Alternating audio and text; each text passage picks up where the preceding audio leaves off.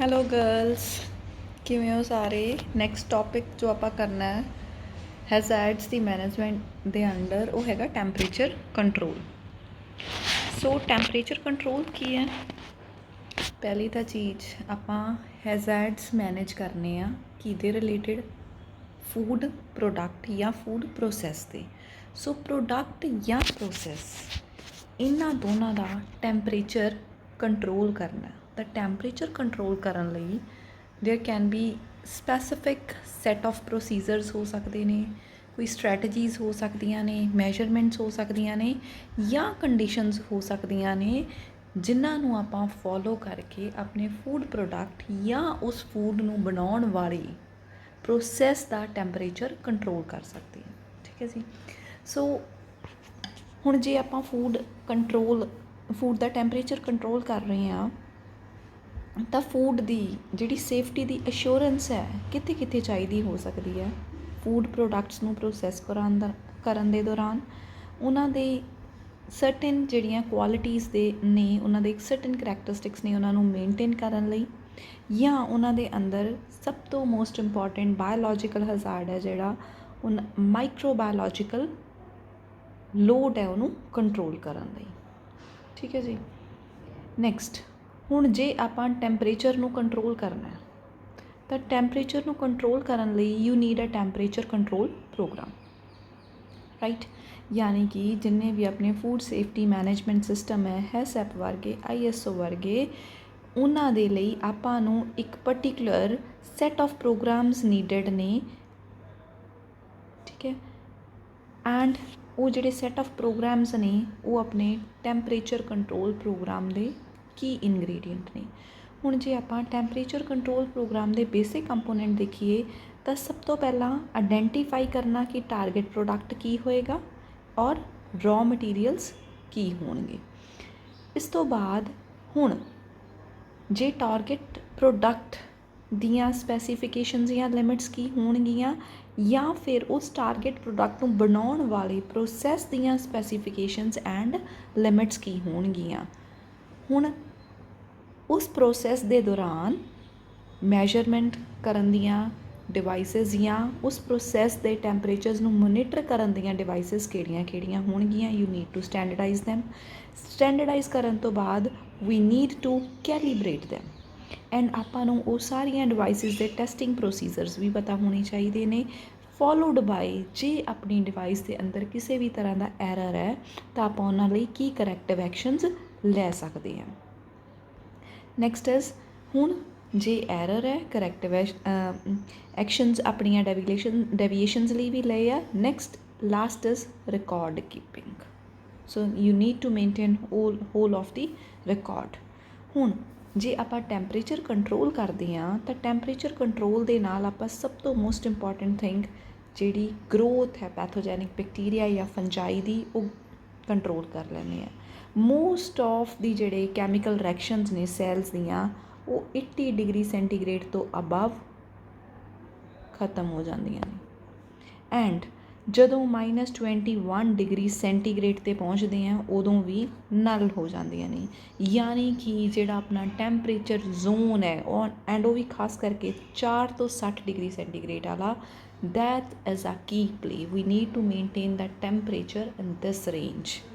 And ਜੇ ਆਪਾਂ ਇਸ ਰੇਂਜ 'ਚ ਮੇਨਟੇਨ ਕਰਦੇ ਹਾਂ, ਇਸ ਡੇਂਜਰ ਰੇਂਜ 'ਚ ਮੇਨਟੇਨ ਕਰਦੇ ਹਾਂ, ਤਾਂ ਆਪਾਂ ਨੂੰ ਬਹੁਤ ਸਾਰੇ ਜਿਹੜੇ ਕੰਟਰੋਲਿੰਗ ਫੈਕਟਰਸ ਨੇ ਉਹਨਾਂ 'ਤੇ ਧਿਆਨ ਦੇਣਾ ਪਏਗਾ। ਜਾਂ ਤਾਂ ਇਦੋਂ ਨੀਚੇ ਸਟੋਰ ਹੋਏਗਾ, ਜਾਂ ਇਸ ਤੋਂ ਅਬਵ ਟਰੀਟਮੈਂਟ 60 ਤੋਂ ਅਬਵ ਟਰੀਟਮੈਂਟ ਕਰਨ ਤੋਂ ਬਾਅਦ ਫੂਡ ਸਟੋਰ ਹੋਏਗਾ। ਨੈਕਸਟ ਇਜ਼, ਹੁਣ ਰੈਗੂਲੇਟਰੀ ਕੰਪਲਾਇੰਸ ਕੀ ਨੇ ਇਹਦੇ 'ਚ? ਸੈਕਸ਼ਨ 40 ਅਤੇ 80 21 CFR ਦੇ ਕੀ ਕਵਰ ਕਰਦੇ ਨੇ? ਸਭ ਤੋਂ ਪਹਿਲਾਂ ਤਾਂ ਜਿਹੜੇ ਆਪਣੇ ਫਰੀਜ਼ਰ ਅਤੇ ਕੋਲਡ ਸਟੋਰੇਜ ਕੰਪਾਰਟਮੈਂਟਸ ਹੋਣਗੇ, ਠੀਕ ਹੈ, ਉਹਨਾਂ ਦੇ ਅੰਦਰ ਥਰਮੋਮੀਟਰਸ ਦੀ ਫਿਟਿੰਗ ਜਾਂ ਟੈਂਪਰੇਚਰ ਨੂੰ ਮੈਜ਼ਰ ਕਰਨ ਵਾਲੀਆਂ devices the fittings, so that ਕਿ ਜਿਹੜੇ ਆਪਣੇ ਥਰਮਾਮੀਟਰਸ ਨੇ ਜਾਂ ਆਪਣੇ ਟੈਂਪਰੇਚਰ ਮੈਜ਼ਰਿੰਗ ਡਿਵਾਈਸਿਸ ਨੇ ਜਾਂ ਰਿਕਾਰਡਿੰਗ ਡਿਵਾਈਸਿਸ ਨੇ, ਉਹਨਾਂ 'ਤੇ ਐਕੂਰੇਟਲੀ ਟੈਂਪਰੇਚਰ ਰਿਕਾਰਡ ਹੋਵੇ ਵਿਦਇਨ ਡੈਟ ਕੰਪਾਰਟਮੈਂਟ। ਨੈਕਸਟ ਹੁਣ ਜਿਹੜੇ ਕੋਲਡ ਸਟੋਰੇਜ ਕੰਪਾਰਟਮੈਂਟਸ ਨੇ ਇਹਨਾਂ ਦੇ ਅੰਦਰ ਆਟੋਮੈਟਿਕ ਕੰਟਰੋਲ ਹੋਵੇ ਜਾਂ ਫਿਰ ਇੱਦਾਂ ਦਾ ਅਲਾਰਮ ਸਿਸਟਮ ਹੋਵੇ ਕਿ ਜੇ ਟੈਂਪਰੇਚਰ ਚੇਂਜਸ ਆਉਂਦੀਆਂ ਨੇ ਤਾਂ you can monitor it. Next one is ਕਿ ਟੈਂਪਰੇਚਰ ਕੰਟਰੋਲ ਦੀਆਂ ਇੰਸਟਰੂਮੈਂਟਸ ਜਿਹੜੇ ਆਪਣੇ ਕੋਲੇ ਕੋਲਡ ਸਟੋਰੇਜ ਜਾਂ ਫਰੀਜ਼ਰਸ ਦੇ ਨੇ ਉਹਨਾਂ ਦੇ ਅੰਦਰ ਆਪਾਂ ਟੈਂਪਰੇਚਰ ਨੂੰ ਮੈਜਰ ਕਰਨ ਲਈ, ਟੈਂਪਰੇਚਰ ਨੂੰ ਰੈਗੂਲੇਟ ਕਰਨ ਲਈ ਜਾਂ ਰਿਕਾਰਡ ਕਰਨ ਲਈ ਆਪਣੇ ਕੋਲ ਇੰਸਟਰੂਮੈਂਟਸ ਹੋਣੇ ਚਾਹੀਦੇ ਸੋ ਡੈਟ ਕਿ ਆਪਾਂ ਆਪਣੇ ਅਨਵਾਂਟਡ ਮਾਈਕਰੋਬਸ ਨੂੰ ਕੀ ਕਰ ਸਕੀਏ, ਉਹਨਾਂ ਦੀ ਗਰੋਥ ਨੂੰ ਰੋਕ ਸਕੀਏ। ਜਿਵੇਂ ਆਪਾਂ ਕਿਹਾ ਸੀ 4 ਤੋਂ ਲੈ ਕੇ 60 ਆਪਣਾ ਡੇਂਜਰ ਜ਼ੋਨ ਹੈ। ਫੂਡ ਨੂੰ ਤੁਸੀਂ ਇਹ 60 ਤੋਂ ਅਬਵ ਇੱਕ ਵਾਰ ਪ੍ਰੋਸੈਸ ਕਰਾਤਾ, so it has been processed. ਹੁਣ ਕੀ ਹੈ, ਮੇਨਟੇਨੈਂਸ ਕਿੱਥੇ ਹੋਏਗੀ? 4 ਡਿਗਰੀ ਤੋਂ ਲੋਅਰ ਪਾਰਟ 'ਚ ਤੁਸੀਂ ਟੈਂਪਰੇਚਰ ਨੂੰ ਹੋਲਡ ਕਿੱਥੇ ਰੱਖਣਾ? ਇੰਨਾ ਪਾਰਟਸ। ਅਤੇ ਇੱਥੇ ਹੋਲਡ ਕਰਨ ਲਈ ਤੁਹਾਨੂੰ ਕੀ ਚਾਹੀਦੇ ਨੇ? ਫਰੀਜ਼ਰਸ ਐਂਡ ਕੋਲਡ ਸਟੋਰੇਜਸ।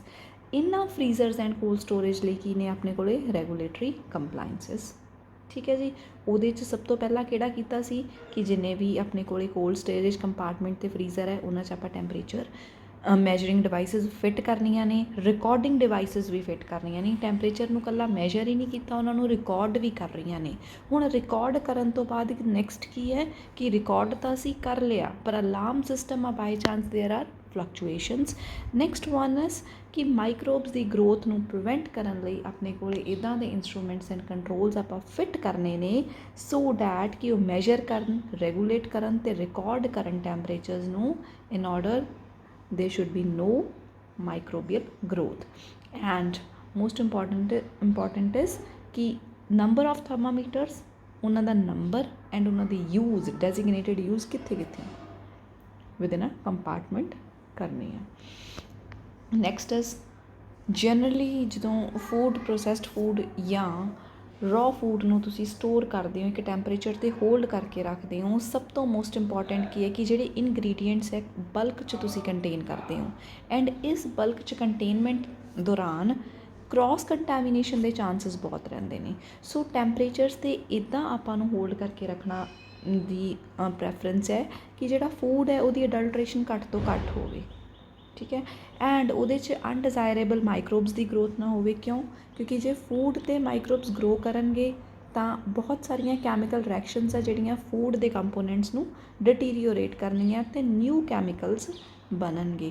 ਅਤੇ ਜੇ ਨਿਊ ਕੈਮੀਕਲਸ ਬਣੇ ਉਹ ਅਲਟੀਮੇਟਲੀ ਤੁਹਾਡੇ ਫੂਡ ਨੂੰ ਕੀ ਕਰ ਰਹੇ ਨੇ? ਅਡਲਟਰੇਟ। ਠੀਕ ਹੈ ਜੀ। ਐਂਡ ਜੇ ਤੁਹਾਡਾ ਫੂਡ ਅਡਲਟਰੇਟ ਹੋ ਰਿਹਾ ਯਾਨੀ ਕਿ ਅਡਲਟਰੇਸ਼ਨ ਕਦੋਂ ਵੀ ਹੋ ਸਕਦੀ ਹੈ ਫੂਡ ਦੀ ਮਾਈਕਰੋਬੀਅਲ ਗਰੋਥ ਕਰਕੇ, ਚਾਹੇ ਉਹ ਮੈਨੂਫੈਕਚਰਿੰਗ ਟਾਈਮ ਹੋ ਜੇ, ਚਾਹੇ ਉਹ ਪ੍ਰੋਸੈਸਿੰਗ ਟਾਈਮ ਹੋ ਜੇ, ਚਾਹੇ ਉਹ ਪੈਕਿੰਗ, ਚਾਹੇ ਹੋਲਡਿੰਗ ਟੈਂਪਰੇਚਰਸ 'ਤੇ ਹੋ ਜੇ।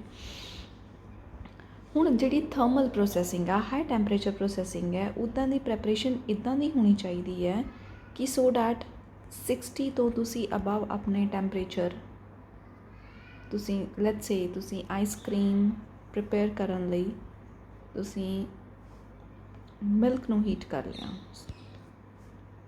ਐਂਡ ਤੁਸੀਂ ਪੈਸਚਰਾਈਜੇਸ਼ਨ ਕਰਤੀ 80 'ਤੇ, ਮਾਈਕਰੋਬਸ ਤਾਂ ਕਿਲ ਹੋ ਗਏ ਪਰ ਸਪੋਰਸ ਨਹੀਂ ਕਿਲ ਹੋਏ।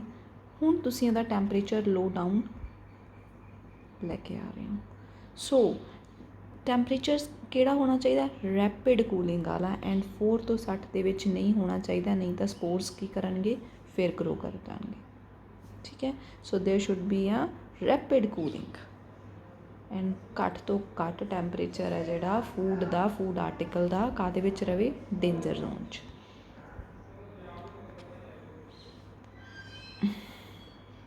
what has happened? so next is application।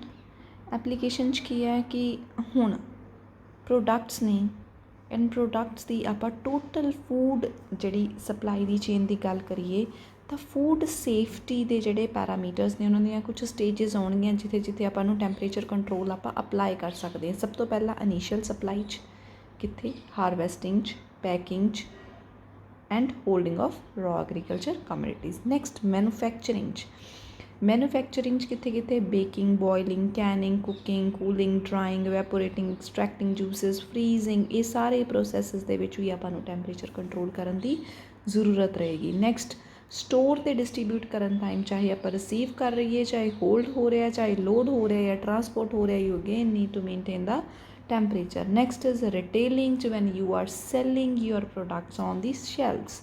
And last one, ਤੁਸੀਂ food ਨੂੰ sell ਕਰਤਾ ਹੈ but customer ਦੇ ਕੋਲੇ it is the product can be freezed, it can be refrigerated, or it can be home cooked. So all of the temperature control points are, yeah, temperature control programs are applicable throughout the food supply chain. We are talking ਕਿ microbial growth ਕਰਕੇ food ਖਰਾਬ ਹੋ ਰਿਹਾ, ਤਾਂ let's revise ਕਿ ਕਿਹੜੇ ਕਿਹੜੇ microbes ਆਪਾਂ ਨੂੰ ਖਰਾਬ ਕਰ ਸਕਦੇ ਫੂਡ ਨੂੰ। ਸੈਕਰੋਫਾਈਲਸ, ਜਿਨ੍ਹਾਂ ਦਾ ਟੈਂਪਰੇਚਰ ਦੀ 14 ਤੋਂ 41 ਡਿਗਰੀ ਦੀ ਫਾਰਨਹਾਈਟ ਰੇਂਜ ਹੈ। ਸੈਕਰੋਟ੍ਰੋਪਸ ਨੇ, ਮੀਜ਼ੋਫਾਈਲਸ ਨੇ, ਥਰਮੋਫਾਈਲਸ ਨੇ, ਹਾਈਪਰ ਥਰਮੋਫਾਈਲਸ ਨੇ, ਪਰ ਇਹਨਾਂ ਸਾਰਿਆਂ ਤੋਂ ਸਭ ਤੋਂ ਵੱਧ ਰਿਮਾਰਕੇਬਲ ਹੈ ਲਿਸਟੀਰੀਆ ਮੋਨੋਸਾਈਟੋਜੀਨਸ, ਜਿਹੜਾ ਕਿ ਰੈਫਰੀਜਰੇਟਡ ਕੰਡੀਸ਼ਨਸ ਦੇ ਅੰਡਰ ਵੀ ਗਰੋ ਕਰ ਸਕਦਾ। ਸੋ one of the major condition ਹੈ the killing of listeria monocytogenes। ਹੁਣ ਜਿਹੜਾ ਟੈਂਪਰੇਚਰ ਹੈ ਤੁਸੀਂ ਦੋ ਤਰੀਕੇ ਨਾਲ obtain ਕਰ ਸਕਦੇ ਹੋ, ਜਾਂ ਤਾਂ ਹੀਟ ਐਡ ਕਰ ਦਿਓ ਜਾਂ ਹੀਟ ਰਿਮੂਵ ਕਰ ਦਿਓ। ਹੀਟ ਐਡ ਕਰਨ ਦਾ ਮਤਲਬ ਹੀਟਿੰਗ, ਅਪਲਾਈਂਗ ਦਾ ਹਾਈ ਟੈਂਪਰੇਚਰਸ। ਹੀਟ ਰਿਮੂਵ ਕਰਨ ਦਾ ਮਤਲਬ ਰੈਫਰੀਜਰੇਸ਼ਨ ਟੈਂਪਰੇਚਰਸ। ਠੀਕ ਹੈ ਜੀ। ਤਾਂ ਜਿਹੜੇ ਰੈਫਰੀਜਰੇਸ਼ਨ ਟੈਂਪਰੇਚਰਸ ਨੇ ਤਾਂ ਮੇਨਲੀ ਮਾਈਕਰੋਬੀਅਲ ਜਿਹੜੀ ਗਰੋਥ ਹਨ ਇਨਹਿਬਿਟ ਕਰਦੇ ਨੇ, ਐਂਡ ਜਿਹੜੇ ਹਾਈ ਟੈਂਪਰੇਚਰਸ ਨੇ ਉਹ ਮਾਈਕਰੋਬਸ ਨੂੰ ਕੀ ਕਰਦੇ ਨੇ, ਦੇ ਕਿਲ ਦੈਮ। ਨੈਕਸਟ ਵੀ ਹੈਵ, ਹੁਣ ਜੇ ਆਪਾਂ ਟੈਂਪਰੇਚਰ ਕੰਟਰੋਲ ਪ੍ਰੋਗਰਾਮ ਲਗਾ ਰਹੇ ਹਾਂ ਤਾਂ ਟੈਂਪਰੇਚਰ ਕੰਟਰੋਲ ਪ੍ਰੋਗਰਾਮ ਦੇ ਆਪਾਂ ਨੂੰ there are a certain components that we need to ensure ਕਿ ਆਪਣਾ ਟੈਂਪਰੇਚਰ ਕੰਟਰੋਲ ਪ੍ਰੋਗਰਾਮ ਹੈ ਉਹ ਪ੍ਰੋਪਰਲੀ ਫੋਲੋ ਅਪ ਹੋਵੇ। ਉਹਦੇ ਲਈ ਆਪਾਂ ਨੂੰ ਪਤਾ ਹੋਣਾ ਚਾਹੀਦਾ ਟਾਰਗੇਟ ਪ੍ਰੋਡਕਟ ਕੀ ਹੈ, ਟਾਰਗੇਟ ਪ੍ਰੋਡਕਟ ਦੇ ਇਨਗਰੀਡੀਐਂਟਸ ਕੀ ਹੈ, ਇਨਗਰੀਡੀਐਂਟਸ ਤੋਂ ਬਾਅਦ ਟਾਰਗੇਟ ਪ੍ਰੋਡਕਟ ਦੇ ਅੰਦਰ ਕੋਈ ਐਡੀਟਿਵਸ ਤਾਂ ਨਹੀਂ ਹੈ, ਜਾਂ ਰॉ ਮਟੀਰੀਅਲਸ ਕਿਹੜੇ ਨੇ ਇਹਨਾਂ ਸਾਰਿਆਂ ਦੇ ਲਈ। ਟਾਰਗੇਟ ਪ੍ਰੋਡਕਟ ਲਈ ਕੁਰਕਰੇ ਬਣਾ ਰਹੇ ਹਾਂ ਤਾਂ ਕੁਰਕਰੇ ਨੂੰ ਮੇਨਟੇਨ ਕਰਨ ਲਈ ਫਾਈਨਲ ਟੈਂਪਰੇਚਰਸ ਕੀ ਚਾਹੀਦੇ ਨੇ, ਜਾਂ ਉਹਦੇ ਅੰਦਰ ਪੈਣ ਵਾਲੇ ਜਿੰਨੇ ਵੀ ਇਨਗਰੀਡੀਐਂਟਸ ਨੇ, ਜਾਂ ਉਹਦੇ ਐਡੀਟਿਵਸ ਨੇ, ਜਾਂ ਉਹਦਾ ਰॉ ਮਟੀਰੀਅਲ ਹੈ, ਉਹਨਾਂ ਸਾਰਿਆਂ ਦਾ ਸਾਨੂੰ ਟੈਂਪਰੇਚਰ ਪਤਾ ਹੋਣਾ ਚਾਹੀਦਾ ਕਿ ਕਿਹੜਾ ਇਨਗਰੀਡੀਐਂਟ ਕਿਹੜੇ ਟੈਂਪਰੇਚਰ 'ਤੇ ਸਭ ਤੋਂ ਵੱਧ ਸ਼ੈਲਫ ਲਾਈਫ ਦੇ ਰਿਹਾ। ਫਿਰ ਆਪਟੀਮਲ ਕੰਡੀਸ਼ਨਸ ਕੀ ਨੇ ਇਹਨਾਂ ਸਾਰਿਆਂ ਦੀਆਂ। ਫਿਰ ਉਸ ਤੋਂ ਬਾਅਦ ਕੁਝ ਸਟੇਜਸ 'ਤੇ ਹੋ ਸਕਦਾ ਕਿ ਟੈਂਪਰੇਚਰ ਹਾਈ ਲੋ ਹੋ ਸਕੇ, ਜਾਂ ਬੋਥ ਕੰਬੀਨੇਸ਼ਨਸ ਵੀ ਆਪਾਂ ਦੇ ਸਕਦੇ ਹਾਂ। ਹੁਣ ਐਪਰੋਪਰੀਏਟ ਟੈਂਪਰੇਚਰ ਮੈਜਰਮੈਂਟਸ ਅਤੇ ਮੋਨੀਟਰਿੰਗ ਡਿਵਾਈਸਿਸ ਵੀ ਸੈਟਅਪ ਕਰਨਾ, that is one of the major component.